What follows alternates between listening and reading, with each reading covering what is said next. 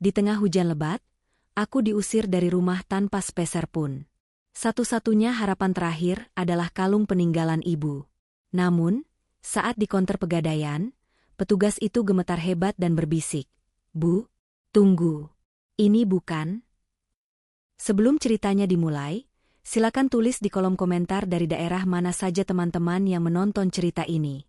Jangan lupa like dan subscribe agar channel ini bisa semakin berkembang dan bisa mempersembahkan cerita yang lebih menarik lagi.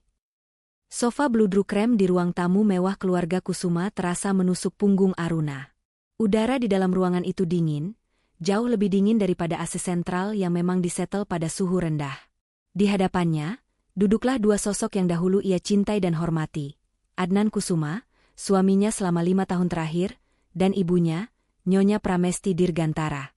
Namun, kini mereka tampak seperti juri dalam sidang yang tidak adil. Adnan berdeham, matanya menghindari tatapan Aruna. Pria yang dulu mengucapkan janji suci untuk menjaganya dalam suka dan duka itu, kini tampak seperti boneka yang digerakkan oleh benang tak kasat mata.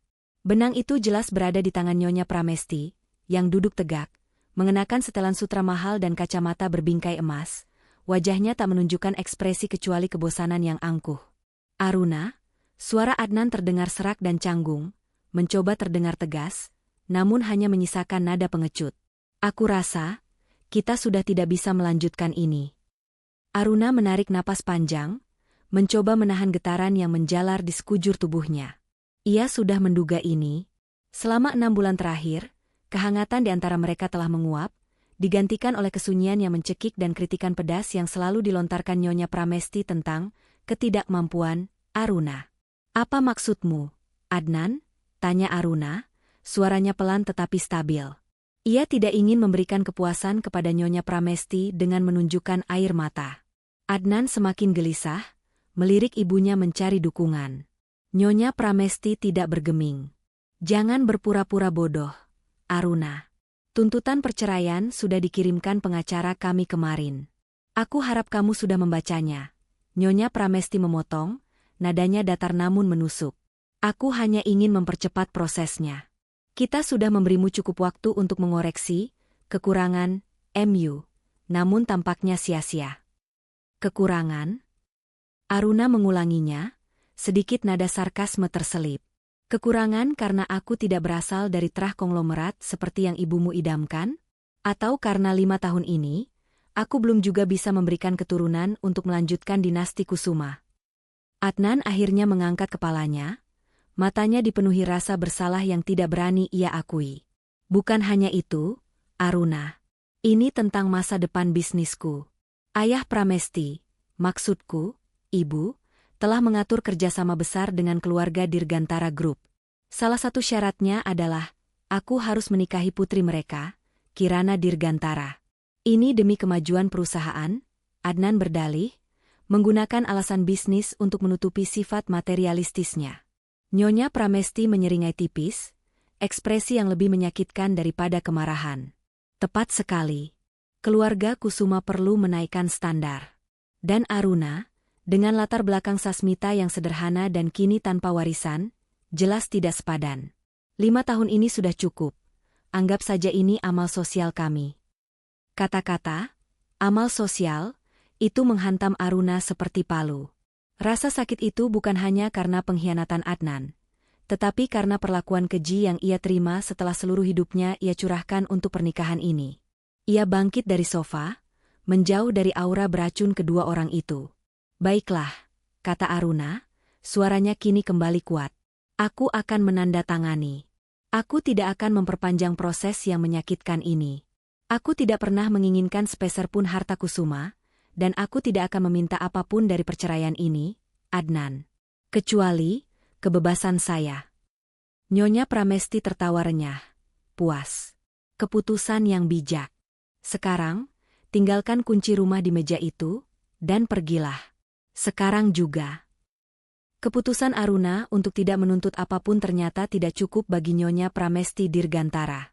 Ia ingin memastikan Aruna pergi dengan tangan kosong, sebuah tindakan yang lebih bertujuan untuk merendahkan Aruna daripada melindungi harta keluarga. "Tunggu, Aruna." Nyonya Pramesti memanggil ketika Aruna mulai melangkah menuju kamar mereka. Pergilah sekarang juga. Jangan berani-beraninya kamu kembali ke kamar itu dan membawa harta benda kami. Aruna menoleh, bingung. Harta benda apa, Nyonya? Semua barang di kamar itu adalah pemberian Adnan, atau barang yang saya beli menggunakan uang yang Adnan berikan selama pernikahan.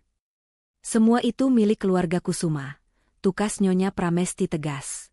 Pakaian, tas, sepatu, perhiasan yang dibelikan Adnan, semuanya dibeli dengan dana Kusuma.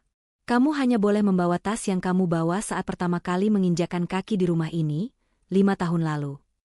Adnan hanya berdiri membisu di belakang ibunya, tidak berani membela Aruna, bahkan untuk tas tangan kecilnya. Aruna menatap Adnan dengan tatapan terakhir yang penuh kekecewaan.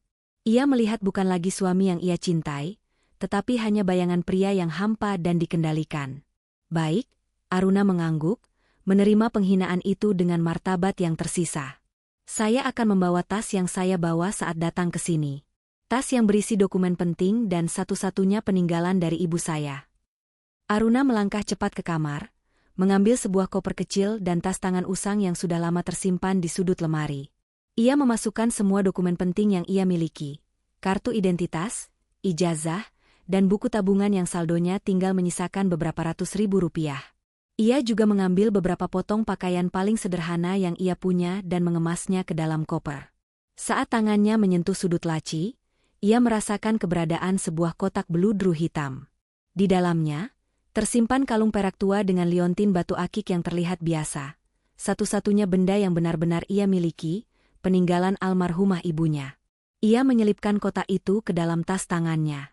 Ketika ia kembali ke ruang tamu, membawa koper kecil yang bahkan tidak sebanding dengan ukuran tas belanjaan Nyonya Pramesti, ia berdiri di depan pintu keluar. Ini kuncinya, Adnan. Aruna meletakkannya di atas meja marmer, tepat di samping surat cerai yang sudah ia tanda tangani. Semoga kamu bahagia dengan kemajuan bisnismu. Ia tidak menunggu jawaban. Dengan koper di tangan dan hati yang hancur, Aruna Sasmita melangkah keluar dari rumah megah itu, meninggalkan 5 tahun kehidupannya dan semua kemewahan yang ternyata tidak pernah benar-benar menjadi miliknya. Di luar, hujan mulai turun, seolah langit ikut menangisi nasibnya. Bus kota membawa Aruna jauh dari distrik elit tempat Kusuma tinggal.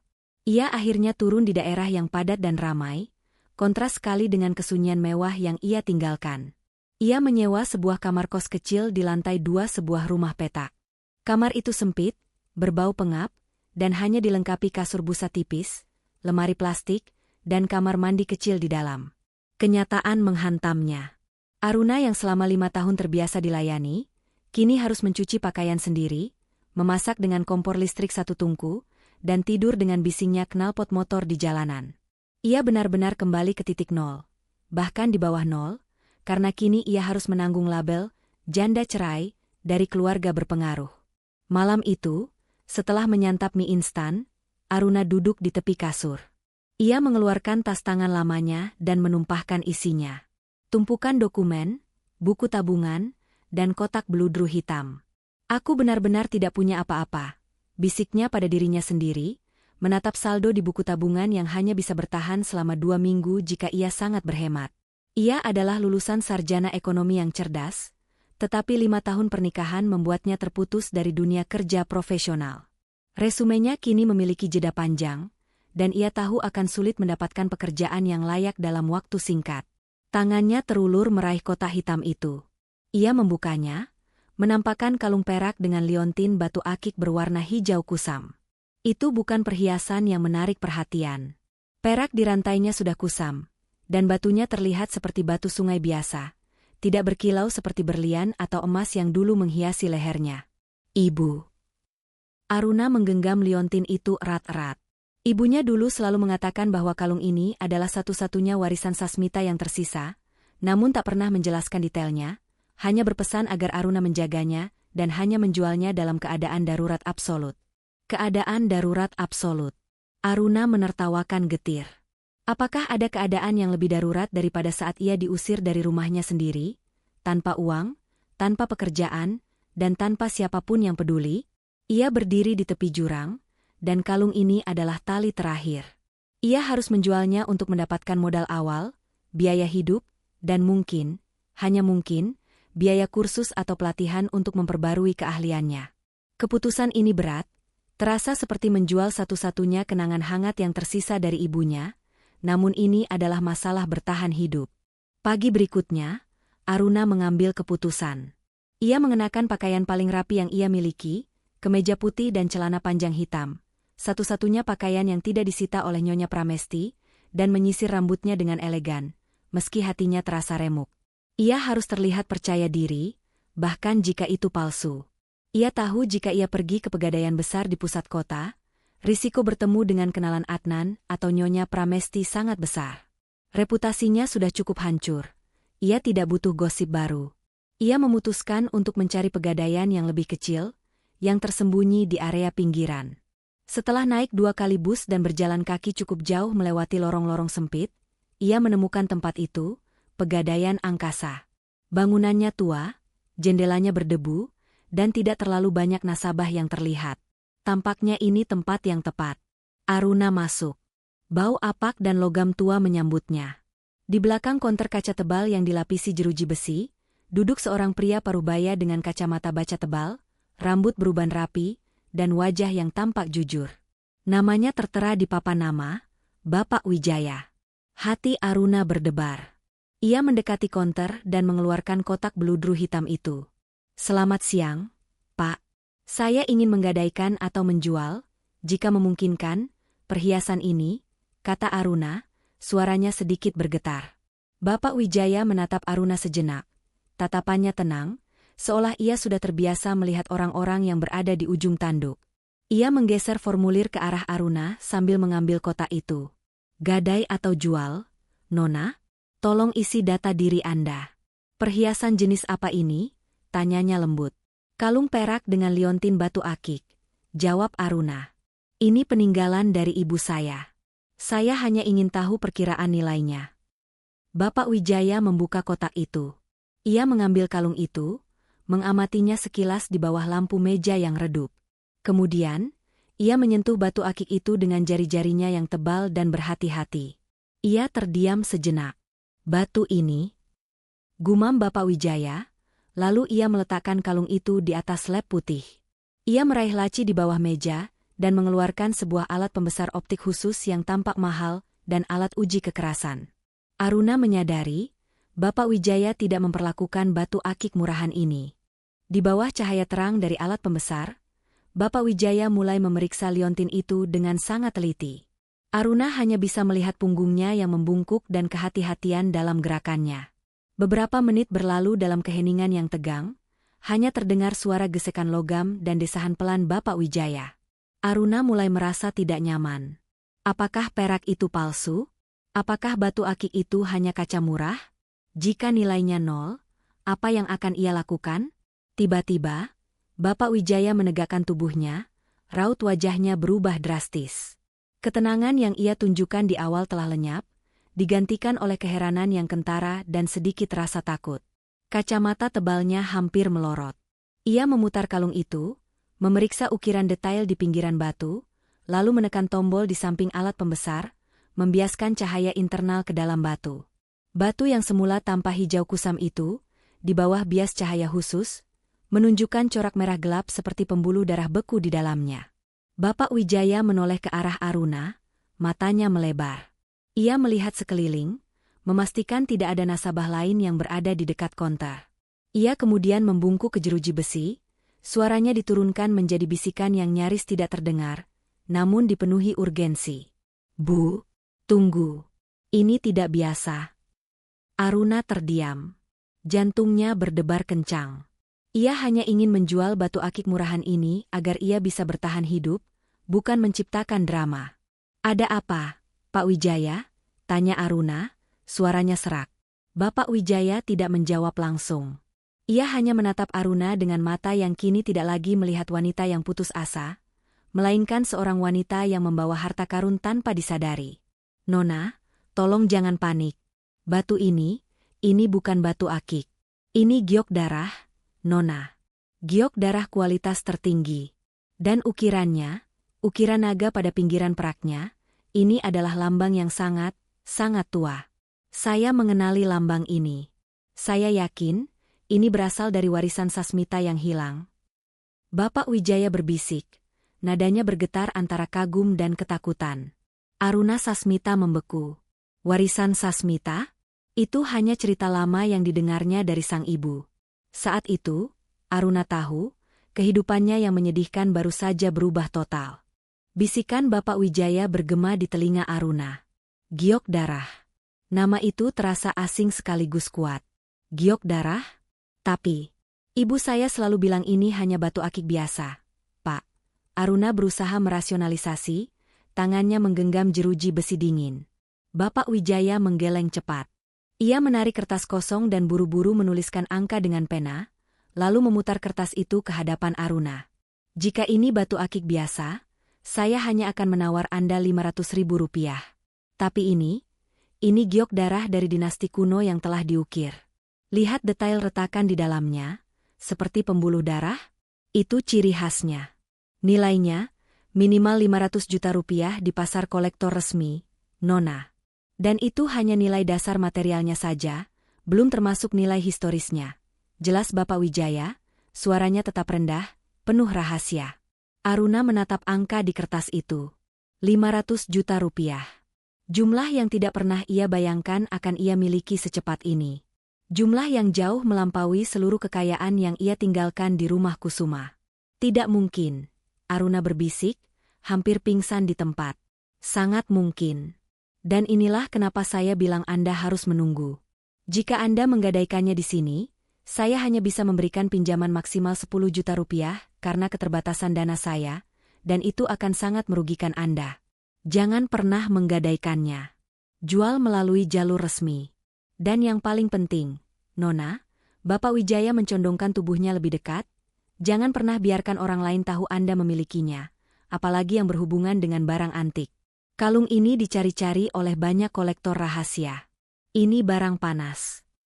Aruna menarik napas dalam-dalam, mencoba mencerna fakta bahwa ia membawa kekayaan triliunan rupiah di dalam tas tangan usangnya.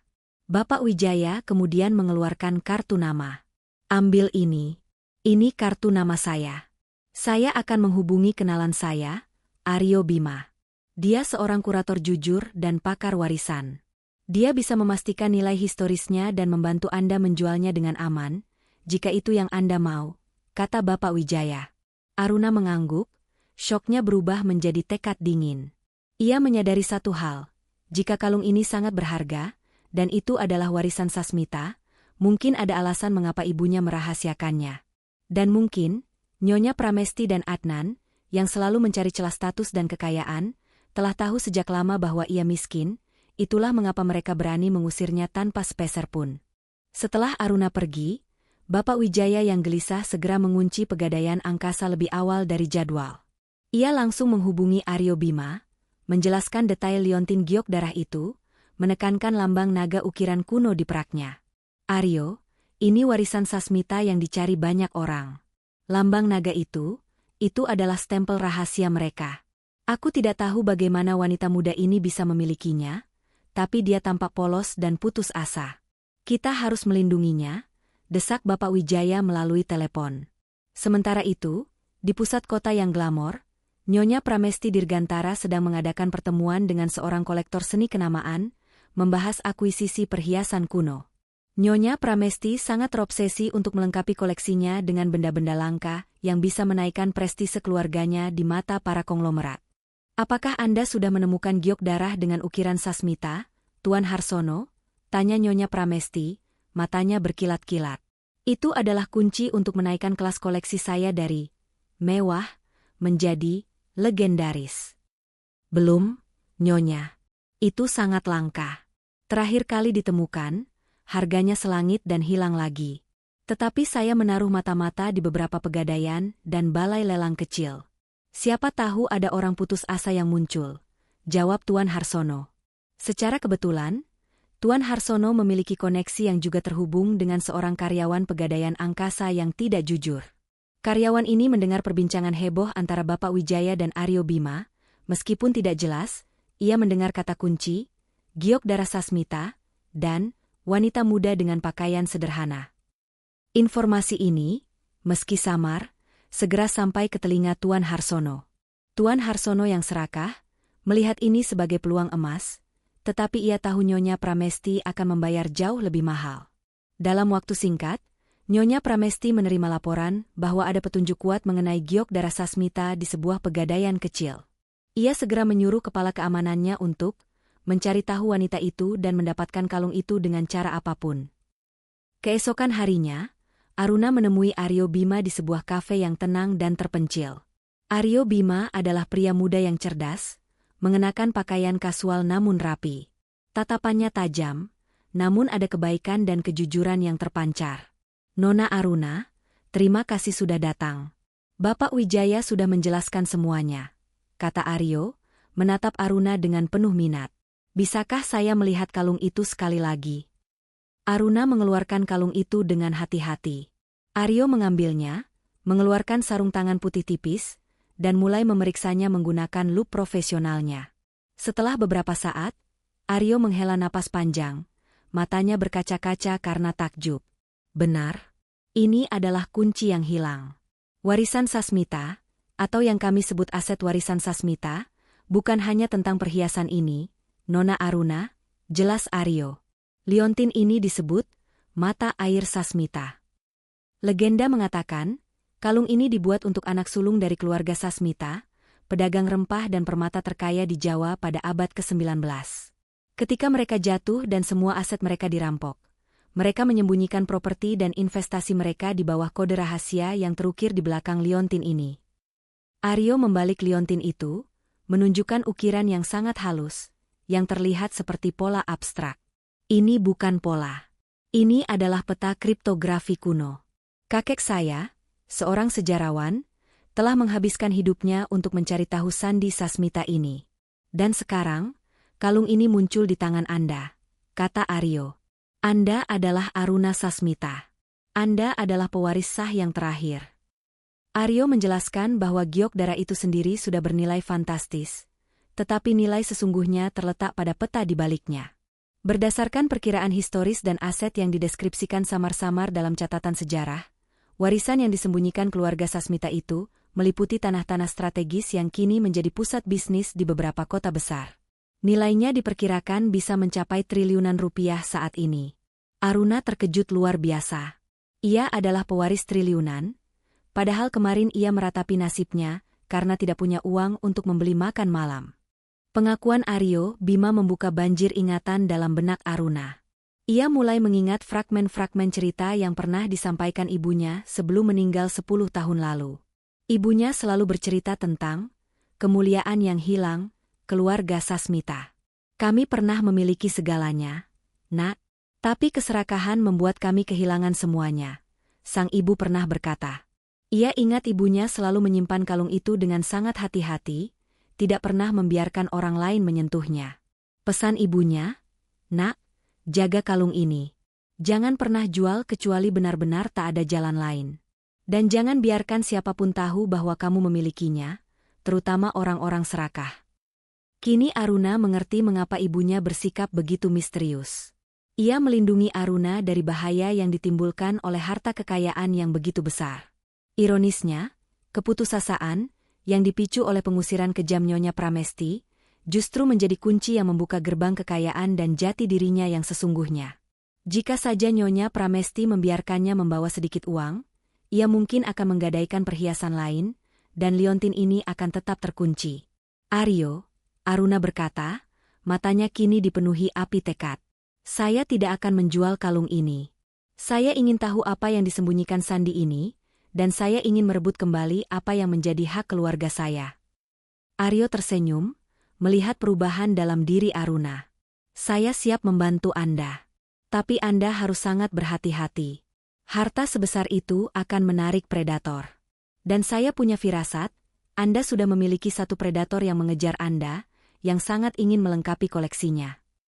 Aryo tidak menyebut nama Nyonya Pramesti, tetapi Aruna sudah tahu.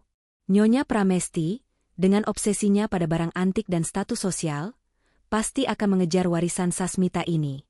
Ini bukan lagi soal cinta yang hilang, ini adalah perang memperebutkan kekuasaan dan kekayaan.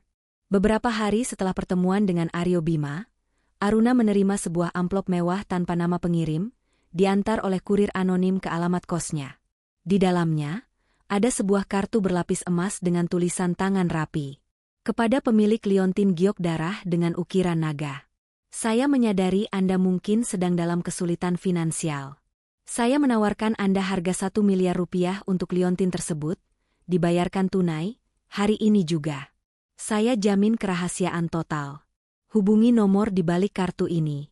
Jumlah itu hampir 2 kali lipat dari nilai pasar material yang disebutkan Bapak Wijaya. Ini adalah angka yang sangat menggiurkan bagi siapapun yang sedang jatuh miskin. Aruna menunjukkan kartu itu kepada Aryo Bima. Aryo mengerutkan dahi, ekspresi waspada. Terlalu cepat. Dan terlalu tinggi untuk transaksi yang tidak melihat barang secara langsung.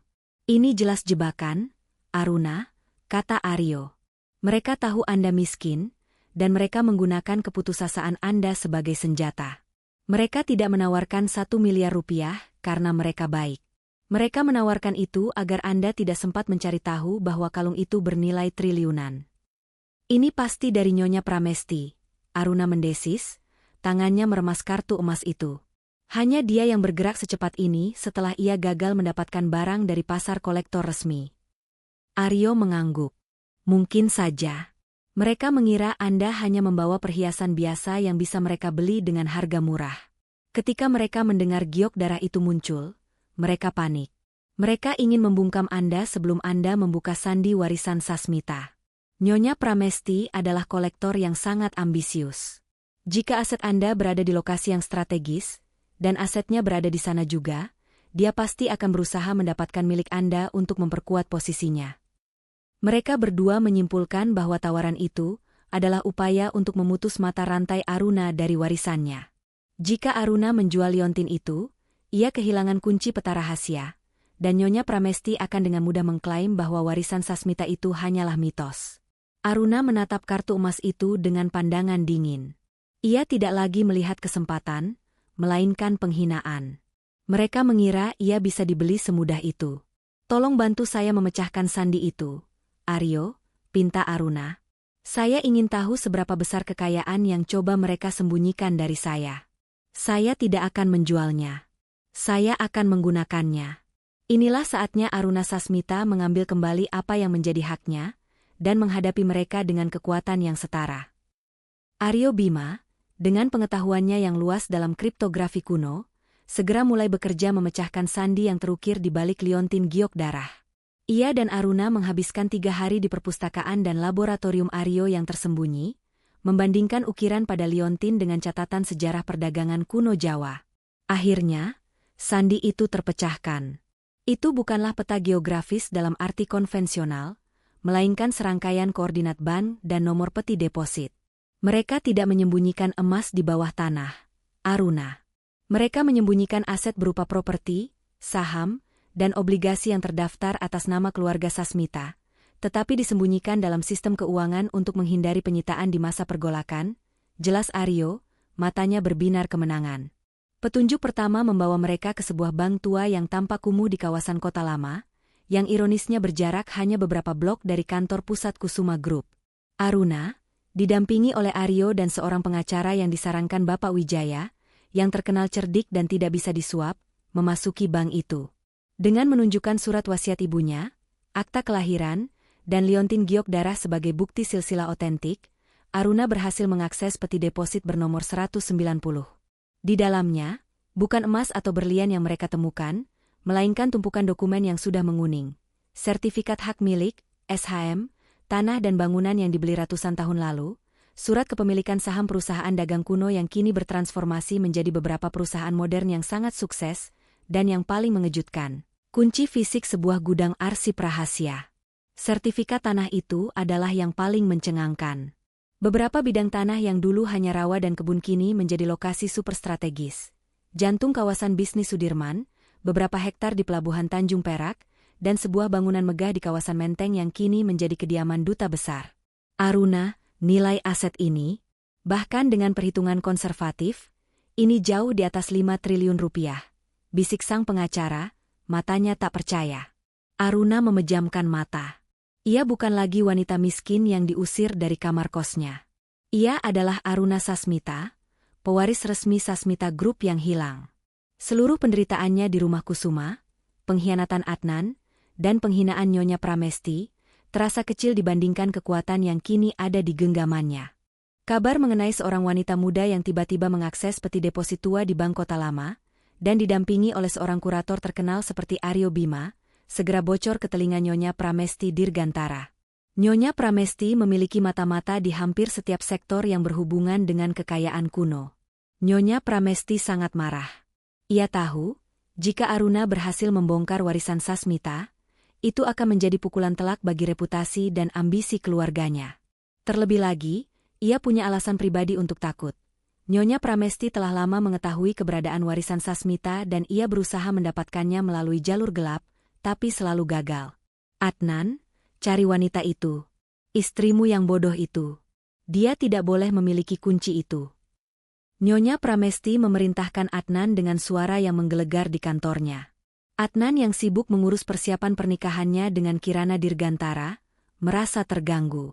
Ibu, apa yang ibu khawatirkan? Aruna tidak punya apa-apa. Dia hanya gadis kampung dengan batu akik murahan. Paling-paling dia hanya menggadaikannya untuk beberapa juta. Bodoh. Itu bukan batu akik. Itu adalah mata air Sasmita. Kunci dari seluruh kekayaan yang tidak pernah bisa kita dapatkan. Jika dia membongkarnya, dia akan menjadi lebih kaya daripada kita semua, dan pernikahanmu dengan Kirana akan terlihat seperti lelucon rendahan. Nyonya Pramesti membentak, menunjukkan betapa berharganya harta itu baginya. Nyonya Pramesti meningkatkan tekanan. Ia menyuruh kepala keamanannya untuk membeli semua informasi tentang Aruna dan asetnya, bahkan mencari celah hukum untuk menggugat Aruna atas dasar kepemilikan tidak sah.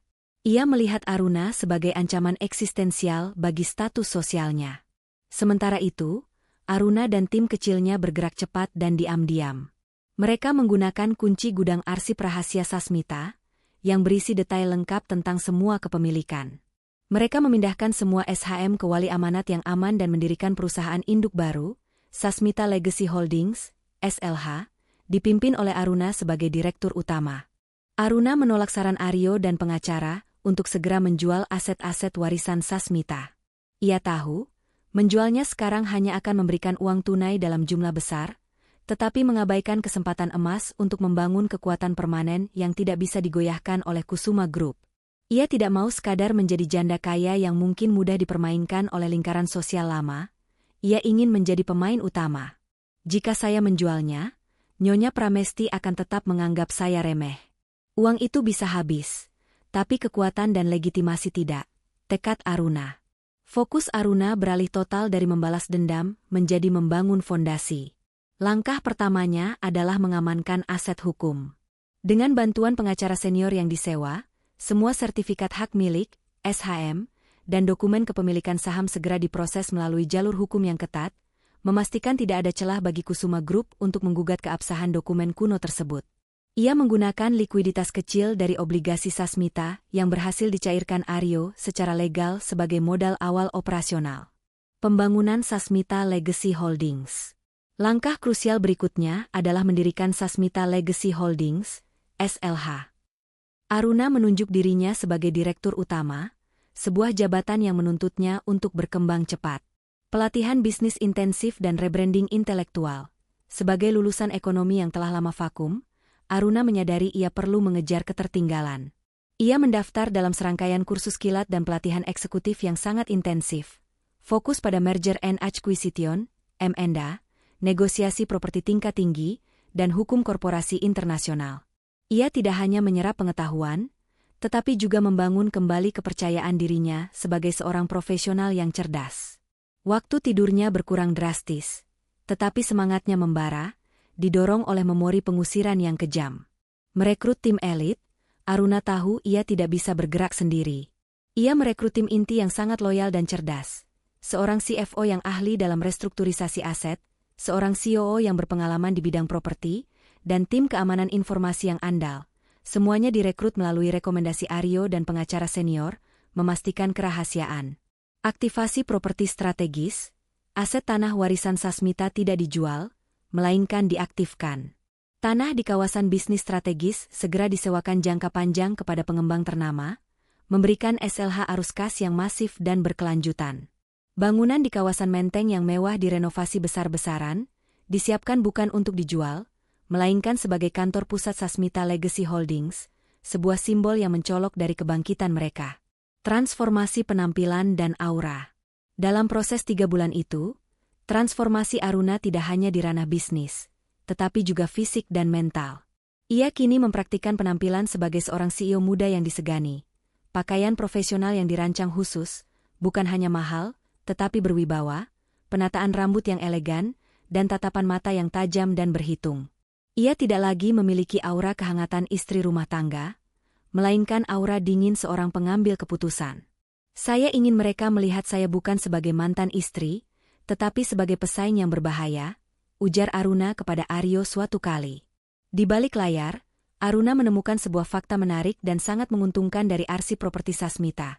Beberapa bidang tanah yang menjadi fondasi utama Kusuma Group, termasuk lokasi kantor pusat mereka yang ikonik, memiliki konflik batas yang belum terselesaikan dengan tanah warisan Sasmita.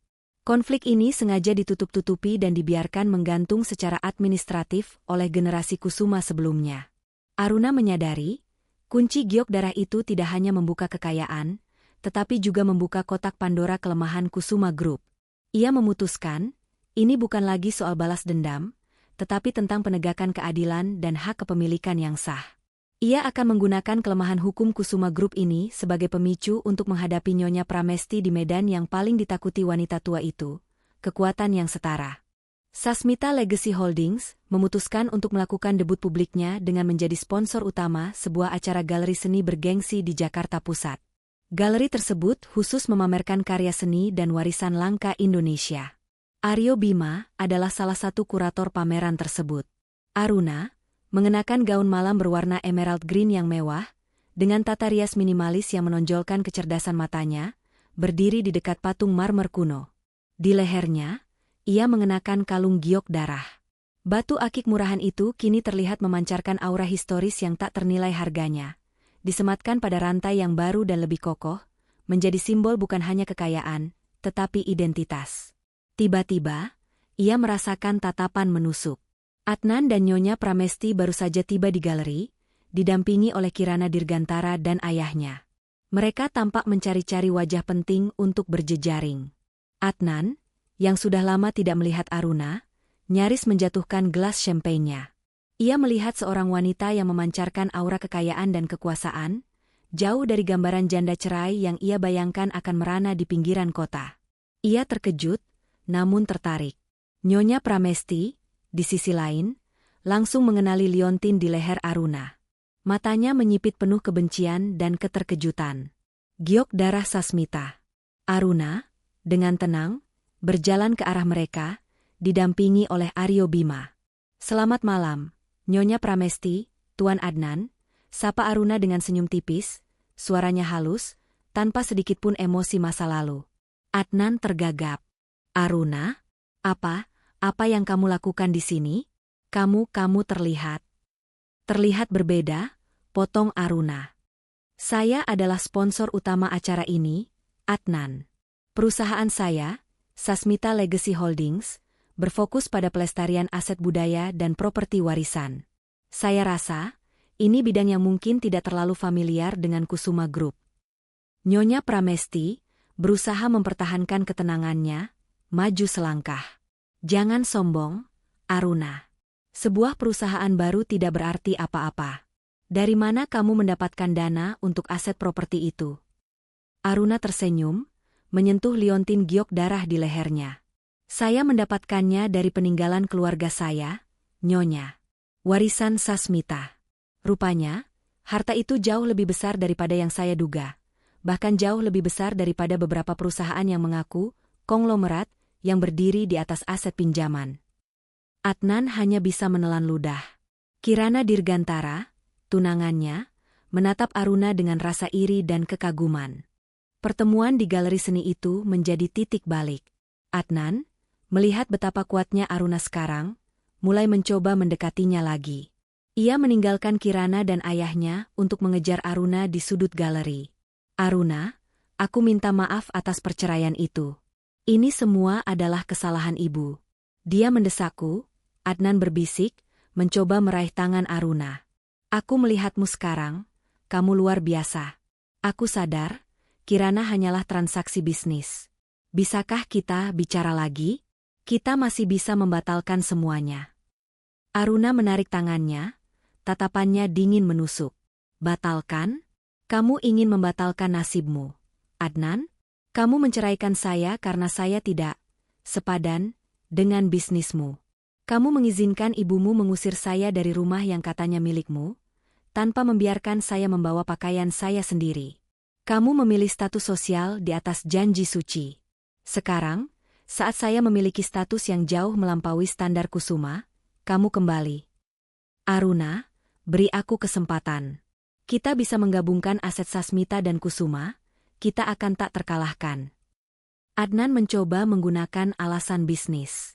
Aruna tertawa sinis. Sasmita Legacy Holdings tidak butuh Kusuma Group, Adnan. Perusahaanmu adalah kapal yang berlayar dengan batas air yang sudah usang. Perusahaan saya didasarkan pada fondasi aset yang nyata dan abadi. Selain itu, Aruna mencondongkan tubuh sedikit, kamu menceraikan saya saat saya dalam kondisi terendah. Kamu menghina saya. Jangan pernah berpikir saya akan melupakan rasa sakit itu. Aruna yang kamu kenal 5 tahun lalu sudah mati. Istrimu bukanlah Aruna yang dulu. Aruna menoleh, meninggalkan Adnan yang berdiri membeku, menyadari betapa fatal kesalahan yang ia buat demi mengikuti ambisi ibunya. Di sisi lain galeri, Nyonya Pramesti, yang telah menyaksikan seluruh interaksi itu, mengerti bahwa ini adalah perang terbuka. Ia melihat kalung giok darah itu sebagai bendera perang. Ia tidak akan membiarkan janda cerai itu menghancurkan prestisenya. Keesokan harinya, Nyonya Pramesti mengirim surat resmi dari pengacaranya kepada Aruna, menuntut pertemuan pribadi. Aruna setuju, dan mereka bertemu di kantor pusat Sasmita Legacy Holdings yang baru, sebuah bangunan megah di kawasan yang dulunya adalah tanah rawa milik Sasmita. Nyonya Pramesti datang dengan wajah keras. Aruna, mari kita akhiri permainan bodoh ini. Jual semua aset Sasmita itu kepadaku dengan harga wajar, dan aku akan memberimu kompensasi yang layak untuk diam. Jangan membuat musuh dari kami. Harga wajar? Apa yang Nyonya tawarkan? Uang yang tidak seberapa? Atau reputasi yang bersih? Balas Aruna, duduk tegak di kursinya. Aset ini nilainya triliunan, Nyonya. Dan saya baru saja memulai proses audit internal yang menemukan beberapa ketidakberesan di batas properti Kusuma Group. Nyonya Pramesti menjadi tegang. Jangan berani-berani kamu mengancamku. Keluarga Kusuma adalah salah satu yang tertua di kota ini. Saya tahu semua rahasia gelap keluargamu.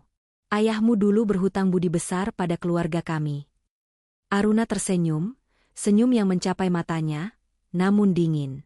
Ia kemudian memutar monitor komputernya menghadap Nyonya Pramesti. Di layar, ada salinan arsip lama Sasmita. Anda benar, Nyonya. Kakek saya memang berutang pada keluarga Anda. Tapi bukan hutang uang, jelas Aruna. Keluarga Anda, Nyonya Pramesti, memanfaatkan krisis finansial saat itu untuk membeli secara paksa properti keluarga Sasmita dengan harga yang sangat rendah, dan kemudian menyembunyikan dokumen aslinya, meninggalkan keluarga kami dengan hutang yang tidak pernah ada. Anda tidak membantu kami, Anda memeras kami. Aruna kemudian menunjukkan dokumen-dokumen yang telah ditemukan di gudang arsip rahasia Sasmita, yang membuktikan bahwa properti yang kini menjadi hotel mewah milik Kusuma Group seharusnya masih menjadi milik Sasmita secara hukum. Anda tidak mencari warisan Sasmita untuk melengkapi koleksi. Anda mencarinya untuk menghancurkan bukti bahwa Anda dan keluarga Anda membangun kekayaan di atas perampokan halus keluarga saya. Sekarang, Nyonya, kitalah yang akan menuntut keadilan. Dengan dokumen yang ditemukan di gudang arsip rahasia Sasmita, Aruna dan tim pengacaranya segera bergerak ofensif. Mereka tidak hanya puas dengan mengamankan aset sendiri, tetapi mulai menyusun kasus yang bertujuan membongkar bagaimana aset-aset Sasmita itu berpindah tangan ke Kusuma Group di masa lalu, sebuah investigasi yang membuka praktik bisnis gelap keluarga mantan suaminya. Tim pengacara Aruna, yang dipimpin oleh Pak Haris, seorang pakar hukum properti yang agresif dan ditakuti di Jakarta, menemukan beberapa kejanggalan serius dalam akta properti Kusuma Group yang berbatasan langsung dengan tanah warisan Sasmita. 1. Analisis konflik batas properti. Arsip Sasmita menunjukkan bahwa pada dekade 1970-an, terjadi transaksi properti yang sangat meragukan antara leluhur Sasmita yang sedang kesulitan dan leluhur Kusuma. Meskipun transaksi itu tampak legal di permukaan, terdapat klausul yang menyebutkan hak prioritas Sasmita atas penentuan ulang batas jika terjadi pemekaran kota. Aruna menemukan bahwa tanah yang kini menjadi lokasi Hotel Bintang 5 Kusuma Group dan pusat perbelanjaan mereka, sebenarnya mencaplok beberapa meter persegi properti Sasmita yang sangat strategis. Sasmita Group pada saat itu terlalu lemah untuk menggugat. Sekarang, Aruna punya bukti untuk menuntut pengembalian atau ganti rugi yang fantastis. 2. Penyelidikan kriminalisasi utang. Aryo Bima, menggunakan koneksi kurator dan sejarawan, tidak hanya fokus pada perhiasan, tetapi juga pada konteks sejarah transaksi itu.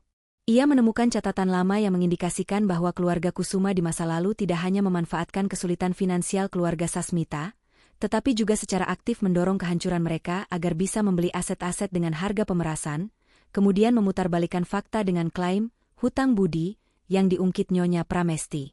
Aryo berhasil menemukan kesaksian tertulis dari mantan juru tulis keluarga Sasmita, keturunan juru tulis tersebut, yang mengonfirmasi adanya pemalsuan nominal utang. 3. Penolakan menghadapi ancaman. Ketika Nyonya Pramesti mengetahui kedalaman investigasi Aruna, ia meningkatkan serangan baliknya. Ia tidak hanya mencoba menyogok Pak Haris, tetapi juga mengancam Bapak Wijaya agar mengubah kesaksiannya tentang giok darah, mengklaim bahwa batu itu palsu atau tidak memiliki nilai historis yang sah. Bapak Wijaya menolak mentah-mentah. Integritas saya lebih berharga daripada semua uang Anda, Nyonya. Saya sudah melihat cukup banyak orang hancur karena keserakahan. Balas Bapak Wijaya, membulatkan tekadnya untuk bersaksi demi kebenaran. Pengajuan gugatan ganda. Setelah semua bukti terkumpul dan diverifikasi keasliannya oleh lembaga forensik independen, Aruna memutuskan untuk melancarkan serangan hukum pamungkas. Pak Haris mengajukan gugatan ganda yang mengguncang stabilitas Kusuma Group dan dunia bisnis Indonesia. Gugatan perdata atas hak properti, restitusi aset Sasmita tuntutan pengembalian atau ganti rugi miliaran dolar atas properti-properti strategis yang secara hukum terbukti masih memiliki klaim kepemilikan yang sah di bawah Sasmita Legacy Holdings, berdasarkan bukti konflik batas dan manipulasi transaksi masa lalu. Gugatan cerai revisi, pembagian harta dan kompensasi moral, menuntut pembagian aset yang adil berdasarkan penemuan bukti bahwa Adnan sengaja menyembunyikan aset dan berbohong tentang kondisi keuangan mereka saat proses perceraian pertama. Gugatan ini juga menyertakan tuntutan kompensasi moral yang sangat tinggi atas perlakuan keji yang dialami Aruna saat diusir tanpa membawa apa-apa, sebuah tindakan yang melanggar norma sosial dan hukum. Gugatan ini secara efektif memblokir semua aset utama Kusuma Group dan memaksa Nyonya Pramesti serta Adnan untuk menghadapi Aruna di pengadilan, di mana semua rahasia gelap mereka akan dibongkar di depan publik. Ini bukan lagi sekadar sengketa rumah tangga, melainkan pertarungan sengit antara legitimasi warisan kuno melawan praktik bisnis yang kotor. Pengajuan gugatan ganda oleh Sasmita Legacy Holdings, SLH, terhadap Kusuma Group segera menjadi berita utama yang mengguncang dunia bisnis dan sosial di Indonesia. Media massa, dari surat kabar bergengsi hingga saluran berita daring, meliput kisah ini secara masif. Kisah Aruna, dari janda cerai yang diusir tanpa membawa apapun, yang hanya memiliki kalung tua, hingga menjadi CEO perusahaan raksasa yang menantang balik mantan mertuanya, dianggap sebagai kisah Cinderella modern yang penuh dendam dan kebangkitan. Kampanye kredibilitas dan reputasi. Nyonya Pramesti dan Adnan mencoba melakukan serangan balik media yang intensif. Mereka menyewa tim PR krisis untuk menyebarkan berita bohong bahwa Aruna adalah penipu, bahwa giok darah itu palsu, dan bahwa gugatan itu hanyalah upaya pemerasan oleh wanita yang serakah dan tidak stabil secara emosional. Mereka merilis pernyataan resmi yang mengatakan bahwa Aruna tidak memiliki kompetensi dan hanya memanfaatkan peninggalan usang untuk menimbulkan kekacauan. Aruna dan Aryo merespons dengan strategi yang sangat efektif, transparansi dan keaslian. Aryo Bima, sebagai kurator ternama dan pihak yang kredibel, mengadakan konferensi pers mendadak di kantor pusat SLH.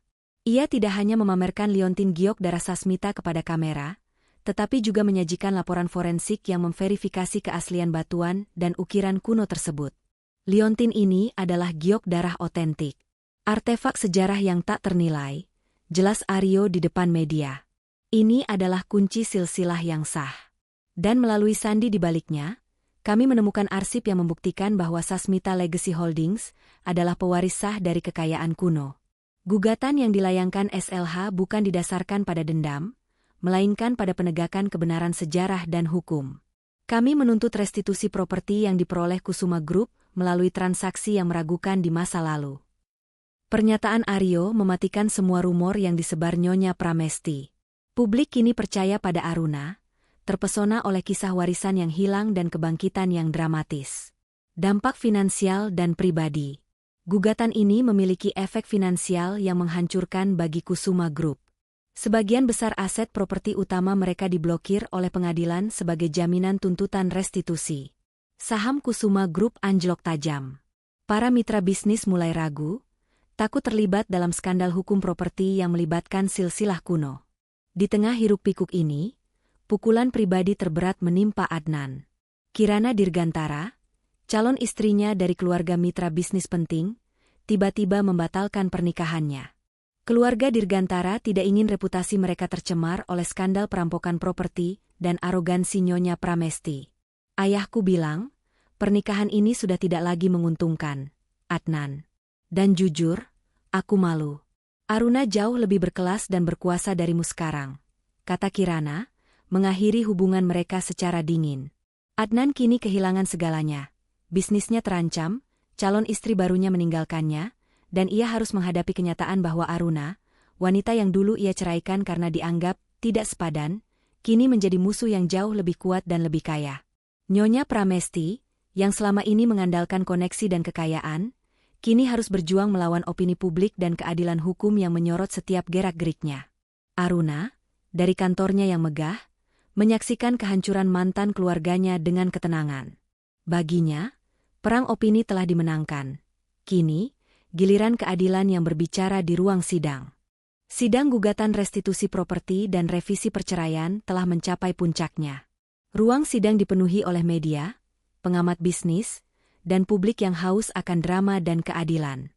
Aruna hadir dengan setelan abu-abu yang berkelas, memancarkan ketenangan yang kontras dengan kegelisahan Nyonya Pramesti dan Adnan yang duduk di meja terdakwa. Kesaksian kunci dari Bapak Wijaya. Momen paling krusial terjadi ketika Bapak Wijaya dipanggil sebagai saksi dari pihak Aruna. Dengan penampilan sederhana dan suara yang jujur, ia memberikan kesaksian yang sangat kuat dan kredibel. Pengacara Aruna, Pak Haris, Bapak Wijaya, tolong ceritakan kepada majelis hakim, apa yang Anda temukan pada liontin yang dibawa oleh Nona Aruna ke pegadaian Anda. Bapak Wijaya, saya telah bekerja di bidang ini selama 40 tahun, Yang Mulia. Awalnya, saya mengira itu adalah batu akik biasa. Tetapi setelah pemeriksaan teliti menggunakan alat khusus, saya segera tahu bahwa itu adalah giok darah kualitas museum. Lebih dari itu, ukiran di balik liontin itu adalah lambang Sasmita yang legendaris. Nilai historisnya jauh melampaui nilai materialnya.